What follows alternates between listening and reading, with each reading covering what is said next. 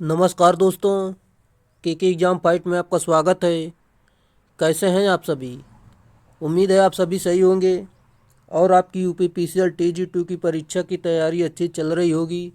दोस्तों, इस परीक्षा को ध्यान में रखते हुए हमने इलेक्ट्रिशियन थ्योरी से कुछ महत्वपूर्ण प्रश्नों की सीरीज स्टार्ट की है, जो कि ये प्रश्न आपके यूपीपीसीएल TG2 के अलावा और भी किसी भी एग्ज़ाम के लिए महत्वपूर्ण साबित होंगे। जैसा कि दोस्तों, NPCIL, सेल, DRDO, इसरो कोई भी एग्ज़ाम हो, इस सीरीज को देखकर उस एग्ज़ाम में चले जाना। दोस्तों, यहाँ से एक भी प्रश्न आपका बाहर जाने वाला नहीं है। चलिए, आपका ज़्यादा टाइम ना लेते हुए इन प्रश्नों की शुरुआत करते हैं। उससे पहले आपसे रिक्वेस्ट है, अगर आप चैनल पर नए, चैनल को सब्सक्राइब कर लीजिए और अपने दोस्तों में शेयर कर दीजिए। अगर वीडियो अच्छा लगता है तो वीडियो को लाइक ज़रूर करें। चलिए शुरुआत करते हैं। जैसा कि हम यहाँ से शुरुआत करते हैं, जैसे कि आज का हमारा प्रश्न दिया गया है, यदि रंगों का अनुक्रम लाल, पीला, भूरा और सुनहरा है तो ये क्रम में तो रंग कोडित कार्बन प्रतिरोधक का मान क्या होगा? सिंपल सा है दोस्तों। पहले तो आपको इन सभी को कलर के मान पता होने चाहिए। जैसा कि लाल का 2 होता है, पीला का 4 होता है, भूरा का 1 होता है, सुनहरा का दोस्तों होता है +-5% होता है। जैसा कि हम बात करते हैं लाल का यहाँ पर 2 दिया गया, ऑप्शन से यहाँ पर हल करेंगे। जैसे कि लाल का 2 दिया गया है, पीला का 4 दिया गया है, भूरा का 1 यहीं पर दिया गया है। यहीं पर ऑप्शन नंबर बी आपका सही उत्तर हो जाएगा। चलिए, बाकी और कलर के बारे में आप जानकारी देख सकते हैं। यहाँ पर पूरी जानकारी दी गई है, यहाँ पर आप समझ सकते हैं। चलिए, अगला प्रश्न आपका दिया गया है, एक ब्रिटिश अश्वशक्ति डैश के बराबर होती है। सही उत्तर दोस्तों ऑप्शन नंबर डी, जो कि 746 वाट होती है, और मीट्रिक में जो होता है दोस्तों वो 735.5 वाट होता है। ये इसका सही आंसर था, option number D right answer. चलिए दोस्तों, शक्ति बराबर होता है W/T, जो कि कार्य बटे समय होता है। इसका मात्रक वाट होता है, जो कि आप जान सकते हैं। अगला प्रश्न, परिपथ यानी सर्किट में इलेक्ट्रॉन को ढकेलने वाले दाब को डेड डैश कहा जाता है। सही उत्तर ऑप्शन नंबर बी, जो कि वोल्टेज कहा जाता है। ये इसका सही उत्तर है। यह एक प्रकार का बल होता है जो किसी परिपथ में इलेक्ट्रॉनों को गति प्रदान करता है। इसकी इकाई वोल्ट होती है। अगला प्रश्न जैसा कि दिया गया है, बिजली की गति डेड डैश है। राइट आंसर दोस्तों ऑप्शन नंबर सी, जो कि यहाँ पर देख सकते हैं 286 इतने जीरो लगाकर मीटर प्रति सेकंड, इसके देख लेना, इतनी ही होती है, जो कि आपका सही उत्तर है। जैसा कि हम इसमें बात करते हैं, विद्युत शब्द आमतौर पर इलेक्ट्रॉनों की गति या अन्य आवेश वाहकों को संवाहक के माध्यम से प्रवाहित और एक विद्युत क्षेत्र की उपस्थिति की संदर्भित करता है। अतः इन इलेक्ट्रॉनों की प्रवाह की गति को ही विद्युत की गति कहते हैं। ये इसका कुछ इंपॉर्टेंट व्याख्या थी।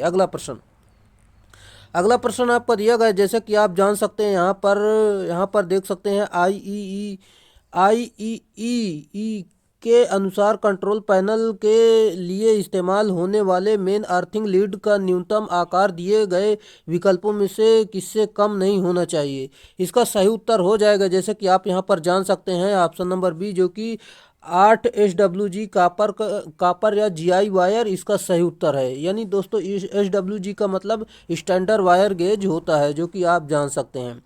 चलिए, यहाँ पर हम देखते हैं, आईईई के अनुसार कंट्रोल पैनल के लिए इस्तेमाल होने वाले मेन अर्थिंग लीड का न्यूनतम आकार 0.8 SWG यानी स्टैंडर्ड वायर गेज कापर या GI यानी गैल्वेनाइज्ड आयरन से कम नहीं होना चाहिए।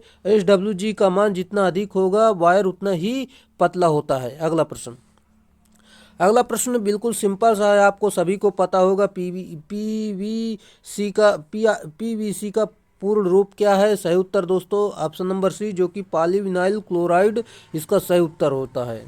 चलिए, अगला प्रश्न जैसा कि दिया गया है, निम्न में विद्युत रोधी है। सही उत्तर ऑप्शन नंबर सी, जो कि फाइबर, ये इसका सही उत्तर है। आप सभी को पता होगा। जैसा कि हम इसमें बात करते हैं विद्युत रोधी के बारे में, विद्युत रोधी आप देख सकते हैं, विद्युत रोधी में अभ्रक, कांच, एस्बेस्टॉस, बैकेलाइट, PVC आदि आते हैं। और आधात्विक के बारे में हम बात करते हैं, जैसा कि और पूरी जानकारी आप देख सकते हैं। हम अगले प्रश्न पर चलते हैं। जैसा कि आपका अगला प्रश्न दिया गया है, LT केबल के इंसुलेशन का परीक्षण डेड डैश पर किया जाता है। सही उत्तर ऑप्शन नंबर है, जो कि 1100 वोल्ट पर किया जाता है। यानी LT दोस्तों लो टेंशन, इसका option number A right answer हो जाएगा। अगला प्रश्न आपका दिया गया है, एच श्रेणी के विद्युत रोधी का सीमित तापमान क्या है? सही उत्तर दोस्तों ऑप्शन नंबर बी, जो कि 180 डिग्री सेल्सियस होता है, ये इसका सही उत्तर है। दोस्तों हमने ऑलरेडी बहुत सारे मान बता दिए हैं, जो कि आप पिछली वीडियो में जाकर जरूर देखें। चलिए दोस्तों, जैसा कि दोस्तों यहाँ पर हम टिक इसलिए पहले से लगा देते हैं ताकि आपको इसकी पीडीएफ दे दी जाए तो वहाँ पर इसका टिक लगा हुआ मिले और आपको एग्ज़ाम के टाइम पर इसे रिवीजन करने में काफ़ी मदद मिले। चलिए अगला प्रश्न आपका दिया गया है, सॉफ्ट सोल्डरिंग के लिए सोल्डर प्रयोग करते हैं? सही उत्तर ऑप्शन नंबर डी, जो कि इलेक्ट्रीशियन सोल्डर इसका सही उत्तर है। चलिए बाकी इसमें आप सभी लोग जानते ही होंगे लेड कितना प्रतिशत होता है, टिन कितना प्रतिशत होता है, जो कि आप देख सकते हैं। चलिए अगला प्रश्न आपका दिया गया है, बंद परिपथ में ईएमएफ का बीजगणितीय योग प्रतिरोध के कारण विभवानुपात के बीजगणितीय योग के बराबर होता है, जिसकी डैश डैश के व्याख्या की जाती है। सही उत्तर ऑप्शन नंबर सी, जो कि वोल्टा नियम इसका सही उत्तर होगा। चलिए जैसा कि हम अगले प्रश्न पर चलते हैं, बाकी जानकारी आप खुद से देख सकते हैं। अगला प्रश्न आपका दिया गया है। दोस्तों अगले प्रश्न जाने से पहले आपसे रिक्वेस्ट है, अगर आप चैनल पर नए हैं चैनल को सब्सक्राइब कर लीजिए और अपने दोस्तों में शेयर कर दीजिए। अगर वीडियो अच्छा लग रहा है तो वीडियो को लाइक ज़रूर करें। और दोस्तों हमने ऑलरेडी बहुत सारी वीडियो इसके पार्ट अपलोड कर रखे हैं, अगर आपने उन्हें नहीं देखा है तो उन्हें जरूर देखें, क्योंकि दोस्तों कोई ऐसा प्रश्न नहीं है जो कि एक वीडियो से दूसरी वीडियो में रिपीट हो रहा हो। सभी अपने आप में अलग अलग प्रश्न हैं जो कि आपको देखना बेहद ज़रूरी है। और दोस्तों जो छोटे छोटे टॉपिक थे उनको हमने पहले वीडियो में कंप्लीट कर दिया है, जिसमें 15-15, 20-20 प्रश्न थे उन्हें वो पहले ही कंप्लीट हो चुके हैं। अब वो इन वीडियो में वो प्रश्न रिपीट नहीं हो रहा है। इसीलिए दोस्तों आप अगर पूरी वीडियो देख लेते हैं आप पूरा इलेक्ट्रिशियन को कवर कर सकते हैं। चलिए खैर आपको देखना जरूरी है। जैसा कि अगला प्रश्न दिया गया है, 3 पिन प्लग टॉप में अर्थिंग पिन को मोटा करने का कारण है? सही उत्तर ऑप्शन नंबर बी, जो कि अधिक क्षरण धारा वहन कर सके, इसका सही उत्तर है। चलिए जैसा कि हम अगले प्रश्न पर चलते हैं, जैसा कि आपका अगला प्रश्न दिया गया है, 3 फेज लाइन में परिपथ को ऑन ऑफ करने के लिए सामान्यतः प्रयोग किया जाने वाला स्विच है? सही उत्तर ऑप्शन नंबर ए, जो कि आईसीटीपी इसका सही उत्तर होगा। चलिए जैसा कि दोस्तों 3 फेज परिपथ में ऑन ऑफ करने के लिए सामान्यतः प्रयोग किए जाने वाले आईसीटीपी यह 2 पोल या 3 पोल एक पथ स्विच होता है। चलिए अगला प्रश्न आपका दिया गया है, लघु रूप परिपथ वियोजक का प्रयोग आवश्यक है? सही उत्तर ऑप्शन नंबर सी, जो कि भवन के प्रत्येक कक्ष की वायरिंग में इसका सही उत्तर होगा। जैसा कि हम इसमें बात करते हैं, यह एक एसपी स्विच की आकृति वाला लघु परिपथ वियोजक होता है। इसकी विशेषता यह है कि इसमें ओवरलोड अवस्था में स्वतः ही ऑफ हो जाता है। ये परिपथ वियोजक 5 एम्पियर से लेकर 60 एम्पियर और 230 वोल्ट क्षमता तक के बनाए जाते हैं। अगला प्रश्न आपका दिया गया है, 3 पिन वाले प्लग में तीसरी पिन किस लिए प्रदान की जाती है? सही उत्तर आप सभी लोगों को पता होगा, ऑप्शन नंबर बी, भू संपर्कन यानी अर्थ प्रदान करने के लिए इसका प्रयोग किया जाता है। अगला प्रश्न, सौर सेल की प्रतिरूपी वोल्टा प्रास डैश डैश है? सही उत्तर ऑप्शन नंबर बी, जो कि 0.5 वोल्ट इसका सही उत्तर है। और इसकी जो दक्षता होती है 10 से 12% होती है। अगला प्रश्न आपका दिया गया है, बैटरी के सेल के समांतर संयोजक का कारण है? सही उत्तर ऑप्शन नंबर सी, जो कि धारा क्षमता बढ़ाने, इसका सही उत्तर है। चलिए अगले प्रश्न पर चलते हैं, जो कि आपका अगला प्रश्न दिया गया है, सीसा अम्ल सेल के पुनर्वेशनीय होता है क्योंकि? सही उत्तर उसकी रासायनिक प्रक्रिया उत्क्रमित हो सकती है, ये इसका सही उत्तर होगा। अगला प्रश्न है, जैसा कि फ्लक्स प्रति वर्ग इकाई क्षेत्र को कहा जाता है? सही उत्तर ऑप्शन नंबर सी, जो कि चुंबकीय फ्लक्स घनत्व, इसका सही उत्तर होगा। जैसा कि दोस्तों इसकी बारे में हम बात कर लेते हैं, जैसे कि प्रति एकांक क्षेत्रफल में गुजरने वाले फ्लक्स को चुंबकीय फ्लक्स घनत्व कहते हैं। इसे बी से प्रदर्शित करते हैं। इसका मात्रक वेबर प्रति मीटर स्क्वायर या टेस्ला होता है। जैसा कि इसका फार्मूला भी आप जान सकते हैं, बी बराबर π/a होता है। इसका मात्रक वेबर प्रति मीटर स्क्वायर या टेस्ला कह सकते हैं। अगला प्रश्न, बीएच वक्र में एच क्या दर्शाता है? सही उत्तर ऑप्शन नंबर बी, जो कि चुंबकीय क्षेत्र की तीव्रता को दर्शाता है, ये इसका सही उत्तर है। बाकी जानकारी आप देख सकते हैं। हम अगले प्रश्न पर चलते हैं। आपका अगला प्रश्न दिया गया है, डीसी मशीन के डेड डैश भाग में सबसे अधिक एडी करंट क्षति होती है। सही उत्तर ऑप्शन नंबर सी, जो कि आर्मेचर, इसका सही उत्तर होगा। डीसी मशीन के आर्मेचर में सबसे अधिक एडी करंट की क्षति होती है। डीसी मशीन में घूर्णन करने वाला भाग आर्मेचर होता है। इसका आकार एक बेलनाकार ड्रम जैसा होता है। आर्मेचर कोर को लेमिनेटेड सिलिकॉन की पत्तियों द्वारा बनाया जाता है। पत्तियों की मोटाई जो है 0.35 से लेकर 0.6 mm तक होती है। चलिए अगला प्रश्न। अगला प्रश्न जैसा कि दिया गया है, आप देख सकते हैं। इसे थोड़ा जूम कर देते हैं ताकि आपको सही ढंग से दिखे।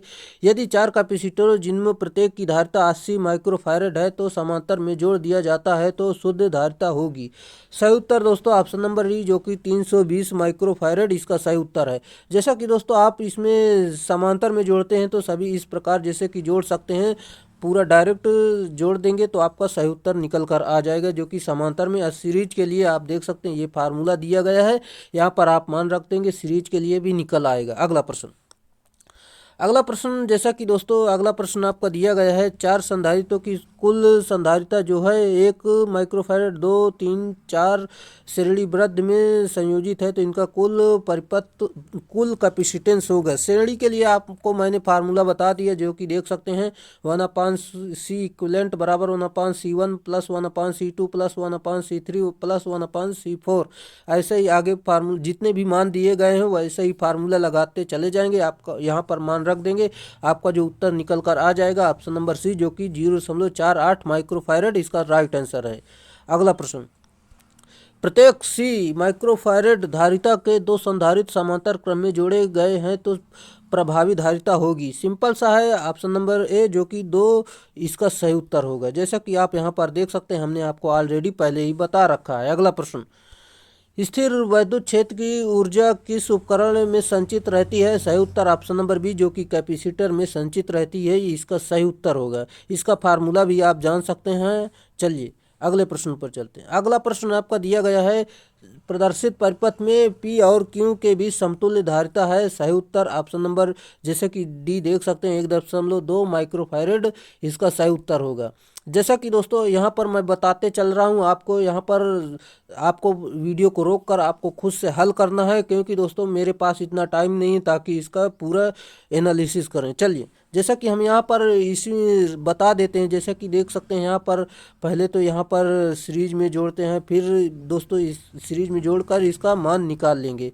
चलिए पहले यहाँ पर देख सकते हैं ये वाले जो 3 लगे हैं इनको समांतर में जोड़ लेते हैं, फिर सीरीज में जोड़ लेंगे तो आपका दोस्तों ऑप्शन नंबर डी, जो कि 1.2 माइक्रोफैरड आ जाएगा। चलिए बाकी आप जोड़ लेना है, अब जोड़ के आंसर जरूर बताना ताकि इतना आंसर आ रहा है कि नहीं। चलिए अगला प्रश्न।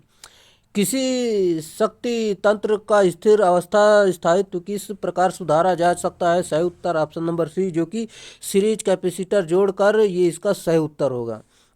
जैसा कि हम बात करते हैं, रिएक्टर सीरीज में लगाकर दोष धारा को सीमित करता है तथा समांतर में लगाकर फेरेंटी प्रभाव को कम करता है। चलिए अगला प्रश्न। अगला प्रश्न आपका दिया गया, सीरीज रिएक्टरों में सामान्यतः होता है। सही उत्तर ऑप्शन नंबर डी, जो कि उच्च प्रतिबाधा, इसका सही उत्तर है। सीरीज परिपथ में फॉल्ट धारा को सीमित करने के उद्देश्य से प्रयोग करते हैं, इसलिए इसकी प्रतिबाधा उच्च होती है। सीरीज रिएक्टर का प्रयोग सिर्फ एसी में होता है। चलिए अगला प्रश्न। अगला प्रश्न आपका दिया गया है, एक एलसीआर परिपथ विद्युत परिपथ की अनुनादी आवृत्ति है। सही उत्तर ऑप्शन नंबर डी, जो कि 1/2 पाई रूट में एलसी, इसका फार्मूला होता है। चलिए आप देख सकते हैं, जैसा कि दोस्तों अनुनाद आवृत्ति उत्पन्न होने के लिए जरूरी है कि 2 एनर्जी स्टोरेज तत्व एल व सी होने चाहिए। अगला प्रश्न। अगला प्रश्न आपका दिया गया है, निम्नलिखित सर्किट में बिंदु ए और डी के मध्य प्रेरकत्व इंडक्टेंस होगा। सिंपल सा है दोस्तों, इसको सभी को आपको हल करना है। जैसा कि हम यहाँ पर आपको बता देते हैं, यहाँ पर देख सकते हैं समांतर में इसका फार्मूला देख सकते हैं। इस फार्मूले पर आप मान रखेंगे तो आपका जो 1 हेनरी राइट आंसर आ जाएगा। चलिए सभी समांतर में जुड़े हुए हैं दोस्तों, इनको सभी को समांतर में जोड़ लेंगे तो आपका आंसर आ जाएगा 1 हेनरी, राइट आंसर होगा। अगला प्रश्न। अगला प्रश्न आपका दिया गया है, जैसा कि आप जान सकते हैं 3 फेज स्टार संबंधित परिपथ के लिए सही उत्तर ऑप्शन नंबर बी जो कि लाइन धारा बराबर फेज धारा होती है, ये इसका सही उत्तर होगा। अगला प्रश्न जैसा कि दिया गया है, किसी विशुद्ध धारिता पर प्रत्यावर्ती विद्युत वाहक बल ईएमएफ यानी ईएमएफ की इस प्रकार लगाया गया कि धारिता प्रतिघात 10 ओम हो जाए, आवृत्ति यदि दोगुनी कर दी जाए तब प्रतिघात हो जाएगा। सही उत्तर ऑप्शन नंबर सी जो कि 5 ओम, ये इसका सही उत्तर है। जैसा कि दोस्तों यहाँ पर हम बात करते हैं, यहाँ पर इसका फार्मूला भी दिया गया है, यहाँ पर आप इसका मान रखेंगे और हल करेंगे तो आपका जो उत्तर निकल कर आ जाएगा जो कि 5 ओम सही उत्तर होगा।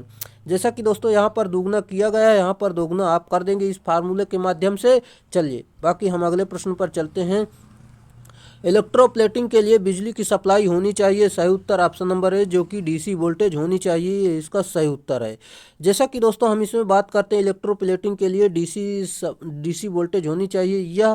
यह तथा लोहे, पीतल आदि धातुओं से निर्मित वस्तुओं की सतह पर क्षरण रोधी धातु की परत चढ़ाना विद्युत रंजन कहलाता है। अगला प्रश्न जैसा कि दिया गया है, भू संपर्क निम्नलिखित की सुरक्षा के लिए आवश्यक है, सही उत्तर ऑप्शन नंबर सी जो कि मानव, इसका सही उत्तर है। चलिए बाकी हम अगले प्रश्न पर चलते हैं। बाकी दोस्तों यहाँ पर चलिए हम आपको एक बार बता ही देते हैं। जैसा कि दोस्तों यहाँ पर देख सकते हैं, भू संपर्कन मानव सुरक्षा के लिए आवश्यक है।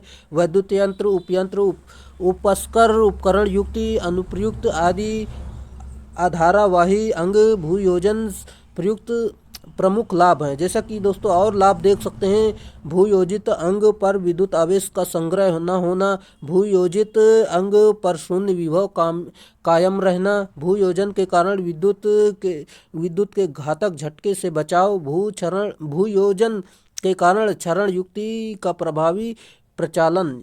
ये सारी जानकारी आपके लिए काफ़ी बेहद ज़रूरी है, आप इन्हें ज़रूर याद रखें। अगला प्रश्न आपका दिया गया है, दो भूसंपर्कन इलेक्ट्रोडों के बीच न्यूनतम दूरी होनी चाहिए, सही उत्तर ऑप्शन नंबर ए जो कि 2 मीटर दूरी होनी चाहिए, इसका सही उत्तर है। अगला प्रश्न जैसा कि दिया, कंड्यूट सरफेस वायरिंग में 2 सैंडलों के बीच निम्नलिखित में से अधिक नहीं होनी चाहिए, सही उत्तर ऑप्शन नंबर ए जो कि 60 सेंटीमीटर से अधिक नहीं होनी चाहिए। अगला प्रश्न जैसा कि दिया गया, यहाँ पर आप देख सकते हैं, यहाँ पर जैसा कि यदि पीएन जंक्शन में पी टर्मिनल बैटरी के निगेटिव किनारे से जुड़ा है तो एन टर्मिनल बैटरी के पॉजिटिव किनारे से जुड़ा है तो इसे डेड डैश कहा जाता है, सही उत्तर ऑप्शन नंबर बी जो कि उल्टा झुकाव यानी रिवर्स बायसिंग, इसका राइट आंसर है। चलिए जैसा कि हम इसमें बात करते हैं, रिवर्स बायसिंग में पीएन जंक्शन डायोड एक ओपन स्विच की भांति कार्य करता है, जो कि आप देख सकते हैं। अगला प्रश्न आपका दिया गया है, पी प्रकार के पदार्थ में इलेक्ट्रॉन की कमी को डेड डैश कहा जाता है, सही उत्तर ऑप्शन नंबर बी जो कि होल्स कहा जाता है, ये इसका सही उत्तर है। जैसा कि हम इसमें बात करते हैं दोस्तों, पी प्रकार के अर्धचालक में तृतीय ग्रुप या 3 संयोजकता वाले तत्व की अशुद्धि मिलाकर बनाया जाता है, जैसे कि बोरान, गैलियम, इंडियम इत्यादि। यह अशुद्धि स्वीकारक अशुद्धि कहलाती है। अगला प्रश्न आपका दिया गया है, एलईडी प्रकाश के उत्सर्जित होने का मुख्य कारण है, सही उत्तर ऑप्शन नंबर बी जो कि परिवर्तनों का संयोजन होता है, ये इसका सही उत्तर है। जैसा कि एलईडी की फुल फॉर्म की बात करते हैं, लाइट इमिटिंग डायोड होता है, या फॉरवर्ड बायस पर कार्य करता है, या गैलियम आर्सेनाइड पदार्थ का बना होता है। अगला प्रश्न जैसा कि आपको परिपथ को पहचानना, ये कौन सा परिपथ है, चलिए हम आपको बता देते हैं। जैसा कि दोस्तों ये ऑप्शन नंबर सी लो पास फिल्टर है, ये इसका आंसर है। चलिए जैसा कि आप जान सकते हैं, यहाँ पर इसका फार्मूला भी देख सकते हैं। जैसा कि हम इसमें बात करते हैं, दिष्टकारी पराप्त निर्गत से उर्मिकाओं को समाप्त करने के लिए प्रयोग की जाने वाली युक्तियां या परिपथ फिल्टर परिपथ कहलाती हैं। फिल्टर के बारे में आप जान सकते हैं। जैसा कि आप यहाँ पर देख सकते हैं, अधिक जानकारी ले सकते हैं। अगला प्रश्न पर हम चलते हैं। अगला प्रश्न आपका दिया गया, डेड डैश एसी को डीसी में परिवर्तित करता है और इसके डेड डैश मुख्य प्रकार हैं।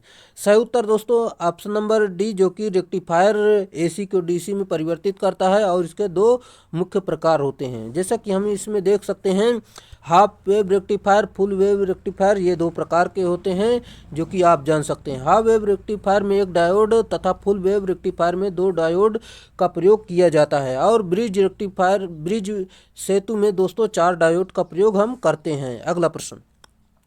अगला प्रश्न आपका दिया गया है, ज्या तरंग यानी साइन वेव आकृति को एसी को रेक्टिफाई करने में एक पूर्ण तरंग दृष्टिकारी की आउटपुट में उपलब्ध पल्सेटिंग डीसी पल्स आवृत्ति होगी। सही उत्तर ऑप्शन नंबर बी जो कि स्रोत आवृत्ति के दोगुनी के बराबर होगी, ये इसका राइट आंसर है। चलिए, जैसा कि हम इसमें बात करते हैं, ज्या तरंग आकृति एसी को रेक्टिफाई करने के लिए पूर्ण तरंग दृष्टिकारी की आउटपुट में उपलब्ध पल्सेटिंग यानी डीसी पल्स आवृत्ति की स्रोत आवृत्ति के दुगनी के बराबर होगी। पूर्ण तरंग दृष्टिकारी की आउटपुट हाफ वेव रेक्टिफायर से 2 गुना होती है। चलिए अगला प्रश्न आपका दिया गया है, एक ट्रांजिस्टर में संग्राही धारा 4.5 मिली एम्पियर और आधार धारा 20 माइक्रो एम्पियर है तो उत्सर्जक धारा डैश है। सिंपल सा है दोस्तों, जैसा कि दोस्तों यहाँ पर पूरा मान दिया गया है, यहाँ पर देख सकते हैं, यहाँ पर इसे जोड़ देंगे तो आपका जो उत्तर निकल कर आ जाएगा 4.52 मिली एम्पियर राइट आंसर हो जाएगा। चलिए, अगला प्रश्न आपका दिया गया है, जैसा कि आप देख सकते हैं, एक ट्रांजिस्टर कॉमन एमीटर कॉन्फ़िगरेशन में जुड़ा हुआ है। कलेक्टर धारा 1 मिली एम्पियर है और एमीटर करंट धारा मतलब धारा जो है 1.01 मिली एम्पियर है। तो ट्रांजिस्टर की डीसी धारा लब्धि बीटा क्या है? सही उत्तर दोस्तों ऑप्शन नंबर सी जो कि 100 हो जाएगी। जैसा कि हम इसमें बात करते हैं, फार्मूला होता है बीटा बराबर IC/IB। यहाँ पर इसका मान रखेंगे तो आपका जो उत्तर निकल कर आ जाएगा जो कि 100 सही उत्तर होगा। अगला प्रश्न, उम्मीद है दोस्तों आपको समझ में आ रहा होगा। अगर समझ में आ रहा है, वीडियो अच्छी लग रही है तो वीडियो को लाइक जरूर करें और अपने दोस्तों में शेयर जरूर करें।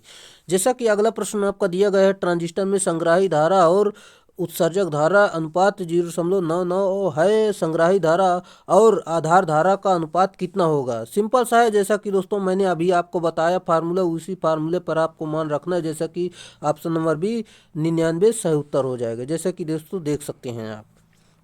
चलिए, बाकी जानकारी आप देख सकते हैं। हम अगले प्रश्न पर चलते हैं। जैसे कि आपका अगला प्रश्न दिया गया है, एक ट्रांजिस्टर में उत्सर्जक धारा IE गणना करें जहां बीटा बराबर इतना और IB बराबर 20 माइक्रो एम्पियर दिया हुआ है। यहाँ पर इसका फार्मूले पर मान रखेंगे। सिंपल सा फार्मूला है दोस्तों, उसको फार्मूले पर मान रख के आपको हल कर लेना है। जैसा कि आपका जो उत्तर निकल कर आ जाएगा option number B 2.02 milliampere right answer हो जाएगा।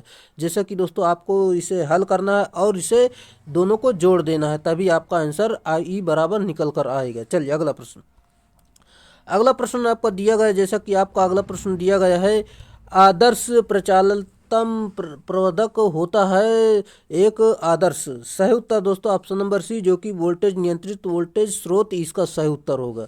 चलिए, अगला प्रश्न आपका दिया, क्लास बी पुल प्रवर्धक की क्षमता होती है। सही उत्तर ऑप्शन नंबर डी जो कि 75 से 80 तक होती है, जो कि आप जान सकते हैं।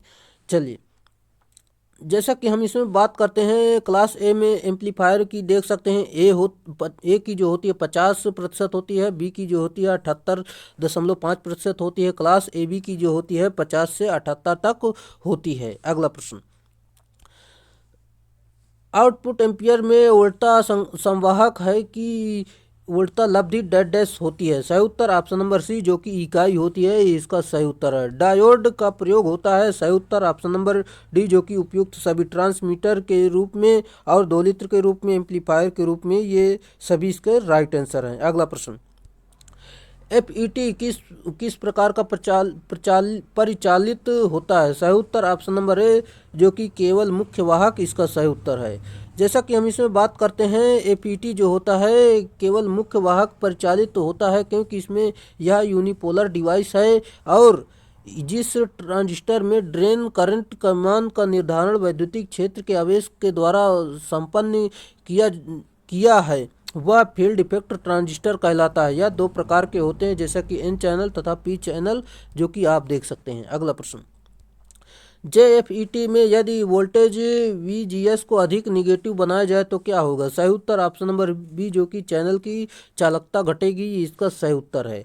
जैसा कि हम दोस्तों इसमें देखते हैं, JFET को एम्पलीफायर की भांति उपयोग करने के लिए उसे ड्रेन अभिलक्षणों के सैचुरेशन क्षेत्र में ऑपरेट किया जाता है। यह क्षेत्र बाइपोलर ट्रांजिस्टर के सक्रिय क्षेत्र के समान ही होता है। अगला प्रश्न आपका दिया गया है, इलेक्ट्रॉनिक में प्रयुक्त शब्द पीसीबी का तात्पर्य है। सही उत्तर दोस्तों ऑप्शन नंबर सी, जो कि प्रिंटेड सर्किट बोर्ड, इसका सही उत्तर होगा। जैसा कि बात करते हैं इसमें, इस परिपथ का प्रयोग केवल इलेक्ट्रॉनिक डिवाइस में होता है। इसी के ऊपर सारे छोटे छोटे डिवाइस को स्थापित किया जाता है, जो कि कैमरा, टीवी, कंप्यूटर आदि में इसका प्रयोग किया जाता है। अगला प्रश्न, कंप्यूटरों के लिए आईसी चिप आमतौर पर निम्नलिखित के बनाए जाते हैं। सही उत्तर ऑप्शन नंबर सी, जो कि सिलिकॉन के बनाए जाते हैं। अगला प्रश्न, दी गई सत्यता सारणी आपको बताना है किसकी सत्यता सारणी है। 0 0 देंगे तो आउटपुट में 1 प्राप्त होगा। ये किस में होता है? सही उत्तर दोस्तों ऑप्शन नंबर बी, जो कि नैंड गेट में होता है, ये इसका सही उत्तर है। चलिए, जैसा कि दोस्तों इसका नैंड गेट का देख सकते हैं, इसमें नॉट गेट और नैंड गेट जुड़ा हुआ है, जो कि आप जान सकते हैं। अगला प्रश्न आपका दिया गया है, 3 इनपुट हेतु एंड गेट का आउटपुट 1 होता है जब। सही उत्तर दोस्तों ऑप्शन नंबर डी, जो कि सभी इनपुट 1 हों, ये इसका सही उत्तर है।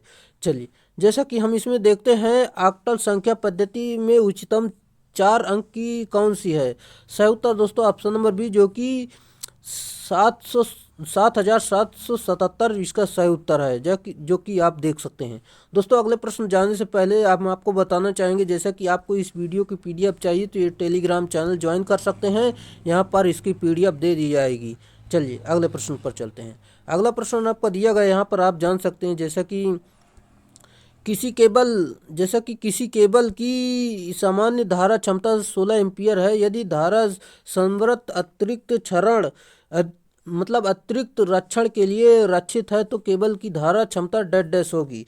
सिंपल सा है दोस्तों, इसका सही उत्तर हो जाएगा 20 एम्पीयर, इसका राइट आंसर है। जैसा कि हम इसमें देख सकते हैं, यदि धारा संवृत अतिरिक्त क्षरण के लिए रक्षित केबल की धारा क्षमता 20 एम्पीयर होगी तो ये केबल 25 एम्पीयर तक की विद्युत धारा वहन क्षमता में 3 या 4 कोर वाले बनाए जाते हैं। चलिए अगला प्रश्न आपका दिया गया, जैसा कि आप जान सकते हैं, यहाँ निम्न धारा परिपथों के लिए निर्धारित दूरी के भीतर जोड़ों को सरकाना है, वहाँ उपयुक्त जोड़ है। सही उत्तर दोस्तों ऑप्शन नंबर ए, जो कि एरियल जोड़, इसका सही उत्तर होगा।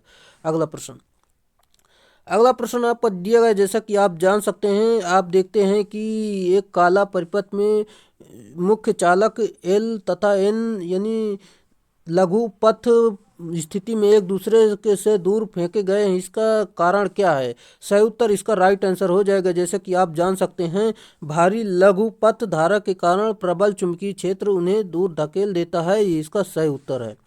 चलिए अगला प्रश्न आपका दिया गया, VIR वायरों में कॉपर चालक पर सदैव टिन की परत चढ़ाई जाती है। सही उत्तर ऑप्शन नंबर सी, जो कि कॉपर के चालक पर सल्फर अंश के आक्रमण को रोकने के लिए, इसका सही उत्तर है। जैसा कि VIR दोस्तों वल्कनीज भारतीय रबर होता है, जो कि देख सकते हैं आप, इसका फुल फॉर्म जान सकते हैं। चलिए अगले प्रश्न पर चलते हैं। आपका अगला प्रश्न जैसा कि दिया गया, यहाँ पर आप जान सकते हैं, डीसी जनरेटर में दिक् परिवर्तक का मुख्य कार्य क्या है? सिंपल सा है, आप सभी को पता होगा। ऑप्शन नंबर बी, AC को DC में बदलना, ये इसका सही उत्तर होगा। चलिए, जैसा कि हम इसमें जान लेते हैं, डीसी जनरेटर में दिक् परिवर्तक का मुख्य कार्य AC वोल्टता को DC वोल्टता में परिवर्तन करना होता है, जबकि DC मोटर में दिक् परिवर्तक का मुख्य कार्य DC वोल्टता को AC वोल्टता में परिवर्तित करना होता है। यह वोल्टेज के संबंध में रेक्टिफायर की तरह कार्य करता है। अगला प्रश्न आपका दिया गया है, स्थायी चुंबक गतिशील कुंडली उपकरणों का प्रयोग केवल डैश के साथ किया जाता है। सही उत्तर ऑप्शन नंबर है, जो कि DC आपूर्ति, इसका सही उत्तर है। जैसा कि दोस्तों DC आपूर्ति केवल, जैसा कि PMMC उपकरणों की सुग्राहिता उच्च होती है और PMMC का आंतरिक प्रतिरोध कम होता है, फलतः इसे विद्युत शक्ति व्यय भी कम होता है। इस उपकरण को स्केल यूनिफॉर्म होता है। चलिए अगला प्रश्न आपका दिया गया है, किसी भी डिस्ट यानी DC मशीन की सक्रियकारी कुंडलियों का परिवेष्टन डैश किया जाता है। सही उत्तर ऑप्शन नंबर बी, जो कि पोल्स के चारों ओर, इसका सही उत्तर है। अगला किसी भी विद्युत मशीन में सामान्यतः कौन से दो मुख्य भाग होते हैं? सही उत्तर ऑप्शन नंबर सी, जो कि स्टेटर और रोटर इसका राइट आंसर है। अगला प्रश्न, दिष्ट धारा मशीन यानी डीसी मशीन के घूमने वाले भाग को क्या कहा जाता है? सही उत्तर ऑप्शन नंबर सी, जो कि आर्मेचर कहा जाता है, जो कि आप जान सकते हैं। इसका आकार एक बेलनाकार ड्रम जैसा होता है, जो कि सिलिकॉन की पत्तियों को रिवेट करके बनाया जाता है। वाइंडिंग करने के लिए इसके स्लॉट कटे होते हैं। यह निम्न प्रकार के होते हैं, जैसे कि खुले स्लॉट, अर्धबंद स्लॉट और बंद स्लॉट, जो कि आप जान सकते हैं। अगला प्रश्न, एक कम्यूटेटर का उपयोग किसमें किया जाता है? सही उत्तर ऑप्शन नंबर बी, जो कि डीसी मशीन में किया जाता है, जो कि आप सभी को पता होगा। और यह हार्ड ड्रॉन कॉपर की मोटी पत्तियों को बैकेलाइट के आधार पर कसकर बनाया जाता है। पत्तियों के बीच में रिक्त स्थान होता है, जिसे अभ्रक भर दिया जाता है। कम्यूटेटर को आर्मेचर शाफ्ट पर स्थापित किया जाता है। अगला प्रश्न, दिक् परिवर्तक यानी परिणामित्र खंड कम्यूटेटर सेगमेंट की डेड डैश की सहायता से एक दूसरे को रोधित यानी इंसुलेटेड किए जाते हैं। सही उत्तर ऑप्शन नंबर बी, जो कि अभ्रक से इंसुलेटेड किए जाते हैं। जैसा कि हम बात करते हैं, इसमें कम्यूटेटर हार्ड डॉन कॉपर का बना होता है। यह एसी को डीसी तथा डीसी को एसी में परिवर्तित करने का कार्य करता है। इसे यांत्रिक दृष्टिकारी भी कहा जाता है। अगला प्रश्न, एक डीसी मशीन में इंटरपोल वाइंडिंग कैसे संयोजित होती है? सही उत्तर ऑप्शन नंबर सी, जो कि आर्मेचर के साथ सीरीज में संयोजित होती है। जैसा कि हम इसमें बात करते हैं, डीसी जनरेटर में कम्यूटेशन के कारण तथा ब्रशों के बीच उत्पन्न होने वाली स्पार्किंग के निवारण के लिए मुख्य फील्ड पोल्स के बीच स्थापित किए गए छोटे पोल्स इंटरपोल्स कहलाते हैं। इंटरपोल पर प्रयुक्त वाइंडिंग आर्मेचर वाइंडिंग के साथ सीरीज क्रम में जुड़ी होती है। अगला प्रश्न आपका दिया गया, जैसा कि आप जान सकते हैं, प्रतिरोध दिक् परिवर्तक यानी रेजिस्टेंस कम्यूटेशन में डेड डैश कॉपर ब्रशों को तुलनात्मक रूप से डेड डैश कार्बन ब्रशों द्वारा प्रतिस्थापित किया जाता है। सही उत्तर दोस्तों ऑप्शन नंबर बी, जो कि निम्न और उच्च इसका सही उत्तर होगा।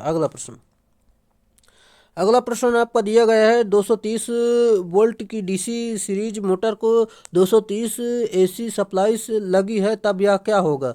सही उत्तर दोस्तों ऑप्शन नंबर सी, जो कि कम दक्षता और अधिक स्पार्क के साथ चलेगी, इसका सही उत्तर होगा। अगला प्रश्न, एक डीसी सीरीज मोटर में क्या होता है? सही उत्तर ऑप्शन नंबर ए, जो कि सदैव लोड पर स्टार्ट करना होता है, इसका सही उत्तर है। आप सभी को पता होगा।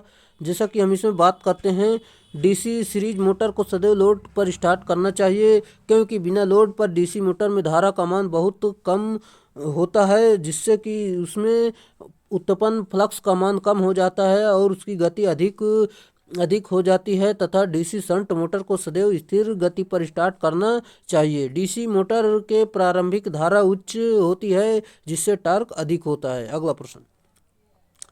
अगला प्रश्न आपको दिया गया है, निम्न में से किस डीसी मोटर की गति लगभग स्थिर होती है? सही उत्तर दोस्तों ऑप्शन नंबर बी, जो कि शंट मोटर की गति स्थिर होती है।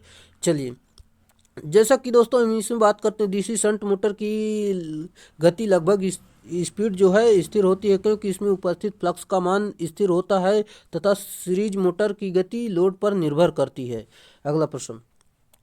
अगला प्रश्न आपका दिया गया है, डीसी मोटर का आर्मेचर करंट जो है ईएमएफ जो है पश्च ईएमएफ आर जो है आर्मेचर प्रतिरोध को प्रदर्शित करता है। इसका फार्मूला है ऑप्शन नंबर ए, 1 = V-EB/RA, इसका राइट आंसर है।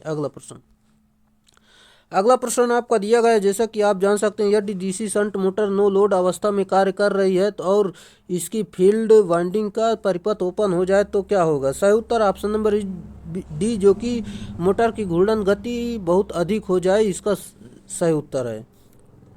चलिए, जैसा कि हम अगले प्रश्न पर चलते हैं, आपका अगला प्रश्न दिया गया है, जैसा कि आप जान सकते हैं, दिए गए चित्र में निम्नलिखित में से डीसी मोटर की कौन सी खराबी का पता लगाया जा सकता है?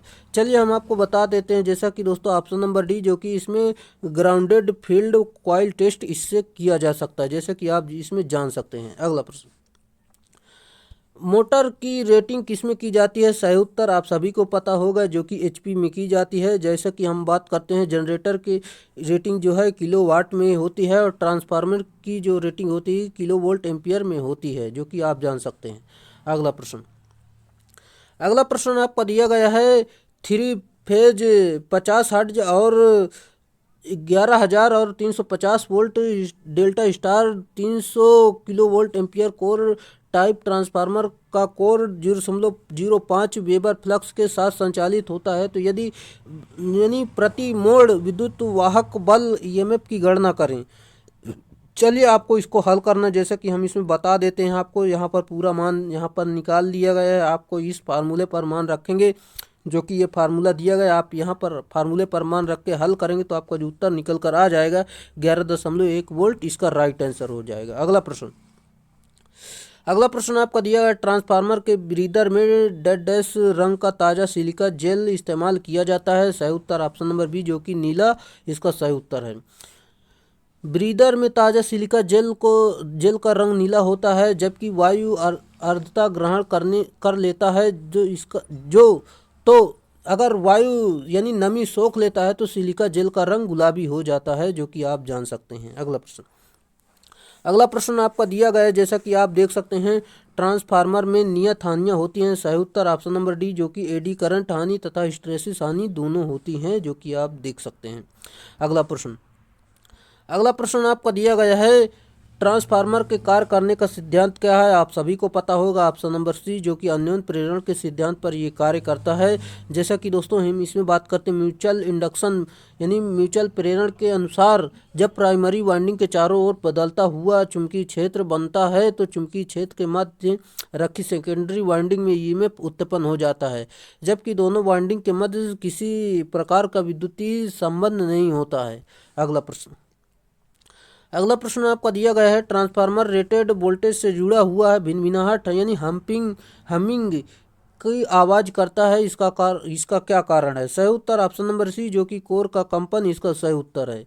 चलिए, जैसा कि हम इसमें बात करते हैं, ट्रांसफार्मर मैकेनिकल वाइब्रेशन यानी मैग्नेटिकसन के कारण होता है, और यांत्रिक कंपन साइज, लेमिनेशन गेज और लेमिनेशन टाइटनेस ऑफ क्लैंपिंग सभी गुणांक पर निर्भर करता है। अगला प्रश्न, ट्रांसफार्मर शॉर्ट सर्किट टेस्ट का मुख्य उद्देश्य क्या निर्धारित करता है। सही उत्तर ऑप्शन नंबर सी, जो कि कॉपर लॉस, इसका सही उत्तर हो जाएगा। अगला प्रश्न, किस ऊर्जा मीटर सिस्टम में एक रेटिंग एल्यूमीनियम डिस्क होती है, जिसे श्रृंखला और शंट मैग्नेट के वायु अंतराल के बीच रखा जाता है और एक शंट पर चढ़ाया जाता है। सही उत्तर ऑप्शन नंबर बी, जो कि मूविंग सिस्टम, इसका सही उत्तर होगा।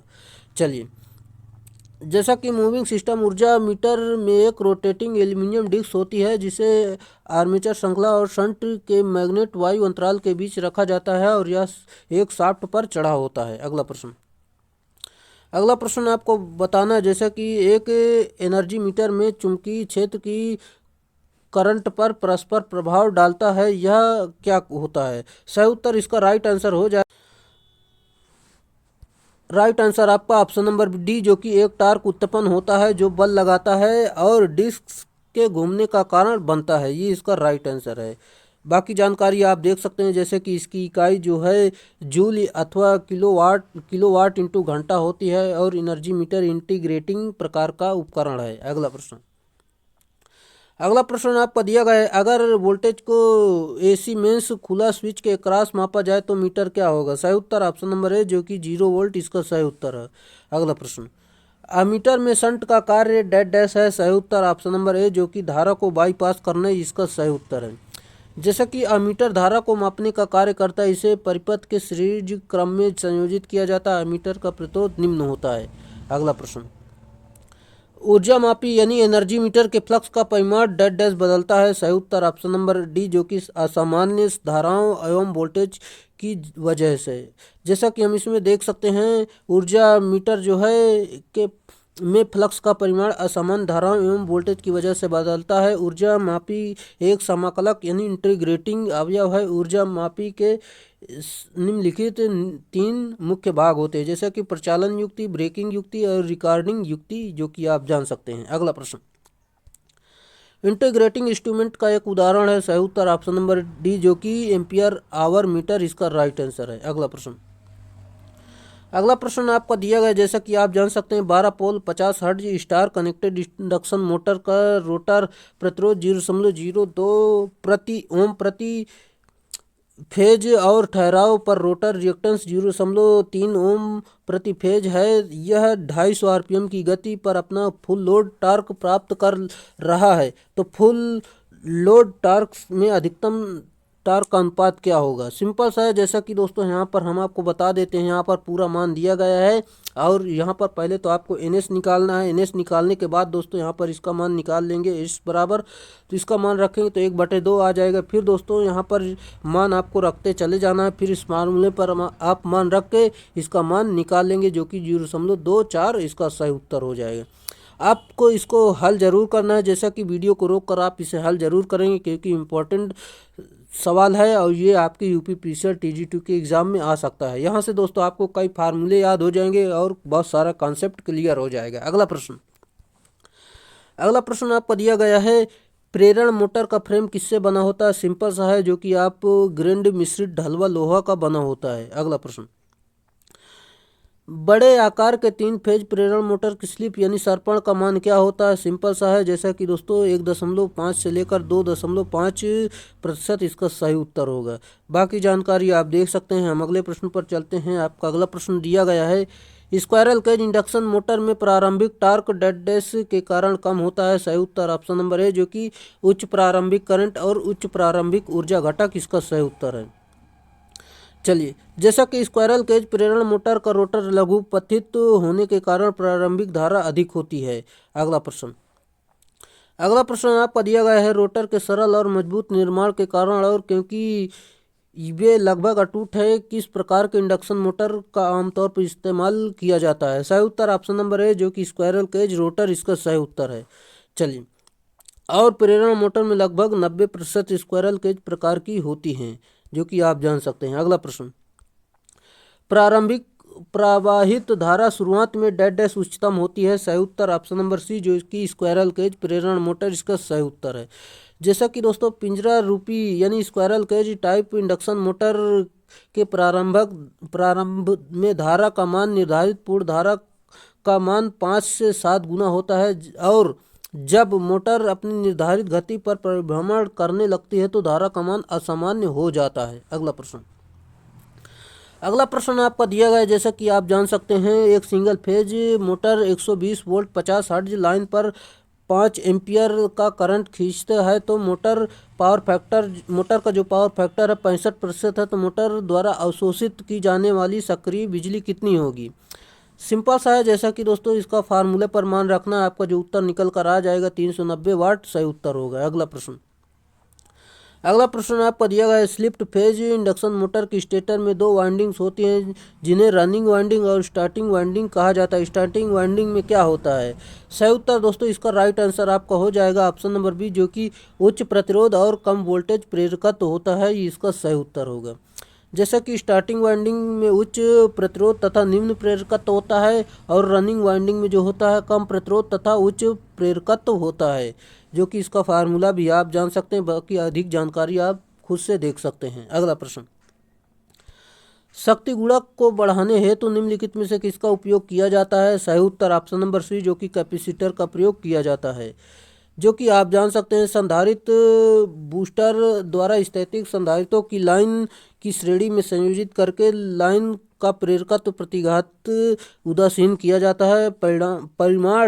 परिणाम स्वरूप शक्ति गुणक बढ़ जाता है, वोल्टता नियमन भी श्रेष्ठ हो जाती है। शक्ति गुणक सुधारने हेतु निम्न विधियों का प्रयोग किया जाता है, जैसा कि आप देख सकते हैं। आप ये पूरी जानकारी आप देख लेना। हम अगले प्रश्न पर चलते हैं। जैसा कि आपका अगला प्रश्न दिया गया है, निम्न में से कौन सा एक अति उत्साहित तुल्यकालिक मोटर का कारण घटित होगा? सही उत्तर ऑप्शन नंबर है, जो कि मशीन एक अग्र शक्ति कारक धारा को खींचती है। ये इसका सही उत्तर होगा।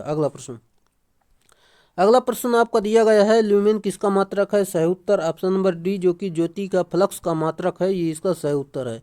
जैसा कि एक ल्यूमेन बराबर 0.0016 वाट होता है और इसकी इकाई जो होती है ल्यूमेन होती है। अगला प्रश्न आपका दिया गया है, उच्च दाब मरकरी वेपर लैंप में से डेड डैश का मुख्य इलेक्ट्रोड के रूप में प्रयोग होता है। सही उत्तर ऑप्शन नंबर डी, जो कि टंगस्टन इसका सही उत्तर है। जैसा कि हम इसमें देख सकते हैं, इसमें एक सहायक इलेक्ट्रोड भी प्रयोग होता है जो ऊपरी मुख्य इलेक्ट्रोड के साथ लगा रहता है। अगला प्रश्न, निम्नलिखित में से लैंप का प्रचालन काल न्यूनतम होता है? सही उत्तर ऑप्शन नंबर ए जो कि फ्लोरोसेंट लैंप इसका सही उत्तर है। इसका जीवन काल आप देख सकते हैं, फ्लोरोसेंट, मरकरी वेपर लैंप और सोडियम वेपर लैंप, एलईडी, ये सारी जीवन काल इनके देख सकते हैं आप। अगला प्रश्न, पृष्ठ से दूरी डी पर रखे प्रकाश स्रोत के कारण पृष्ठ पर दीप्ति डैश परिवर्तित होती है। सही उत्तर ऑप्शन नंबर ए जो कि 1/d² इसका सही उत्तर होगा। अगला प्रश्न आपका दिया गया है, ओवरहेड वितरण लाइनों में केबल का क्या लाभ है? सही उत्तर ऑप्शन नंबर ए भीड़ भाड़ वाले इलाकों में प्रयोग किया जा सकता है, ये इसका सही उत्तर है। अगला प्रश्न, पावर स्टेशन का कार्य क्या है? सही उत्तर ऑप्शन नंबर ए जो कि विद्युत का उत्पादन करना, ये इसका सही उत्तर है। चलिए अगले प्रश्न पर चलते हैं, जो कि आपका अगला प्रश्न दिया गया है, तापीय उत्पादन प्लांट में वाष्प टरबाइन यानी स्टीम टरबाइन का कार्य क्या है? सही उत्तर ऑप्शन नंबर ए जो कि ऊष्मा ऊर्जा यानी थर्मल एनर्जी को यांत्रिक ऊर्जा में बदलना, ये इसका सही उत्तर है। अगला प्रश्न आपको दिया गया, जैसा कि आप जान सकते हैं यहाँ पर भारत में अधिकांश उच्च वोल्टेज ट्रांसमिशन लाइनें हैं। सही उत्तर ऑप्शन नंबर बी जो कि ओवरहेड इसका सही उत्तर है। जैसा कि ट्रांसमिशन वोल्टेज देख सकते हैं, 33 किलो वोल्ट, 66 और 132, 220 और 400 और 750 किलो वोल्ट होते हैं। भारत में ओवरहेड ट्रांसमिशन लाइन की अधिकतम वोल्टेज 765 किलो वोल्ट होती है। अगला प्रश्न, डीसी इलेक्ट्रिक पावर ट्रांसमिशन का मुख्य लाभ निम्नलिखित में से कौन सा है? सही उत्तर ऑप्शन नंबर बी जो कि इसके लिए केवल 2 वायरों की आवश्यकता होती है, ये इसका सही उत्तर है। जैसा कि डीसी में प्रेरकता न होने के कारण एसी की अपेक्षा कम वोल्टेज ड्रॉप होता है और डीसी में स्क्रीन प्रभाव नहीं होता, इसलिए कम चालन पदार्थ की आवश्यकता होती है। अगला प्रश्न, जब एक शहर से दूर कोई क्षेत्र बाहरी इलाका रिसीविंग स्टेशनों में लाइनों द्वारा जोड़ा जाता है तो उसे क्या कहते हैं? सही उत्तर ऑप्शन नंबर है जो कि सेकेंडरी ट्रांसमिशन कहते हैं, इसका सही उत्तर है। चलिए दोस्तों आज के हमारे जो प्रश्न थे ये कंप्लीट हुए। आपका पूरा मान लो 150 से ज़्यादा हमने प्रश्नों को इसमें हल कराया है, जो कि आपको किसी भी एग्ज़ाम के लिए महत्वपूर्ण साबित होंगे। जैसा कि दोस्तों सेल का एग्ज़ाम होने वाला है और एनपीसीआईएल में कई जगह से वैकेंसी निकली हुई हैं और डीआरडीओ वालों ने देख ही लिया होगा यहाँ से कितने प्रश्न आपके मिले हैं। चलिए दोस्तों, अगर सारे वीडियो नहीं देखा है तो सारे वीडियो ज़रूर देखें ताकि आपके एग्ज़ाम के लिए काफ़ी महत्वपूर्ण ये साबित हों। दोस्तों सभी अपने आप में अलग अलग प्रश्न हैं, कोई ऐसा प्रश्न नहीं जो कि एक वीडियो से दूसरे वीडियो में रिपीट हुआ हो, और जो छोटे छोटे टॉपिक थे उन्हें ऑलरेडी हमने पहले ही वीडियो में कंप्लीट कर लिया है, इसलिए आपको पूरे वीडियो देखना बेहद ज़रूरी है। चलिए आज के लिए इतना ही रखेंगे, फिर मिलेंगे नेक्स्ट वीडियो में, तब तक के लिए बाय।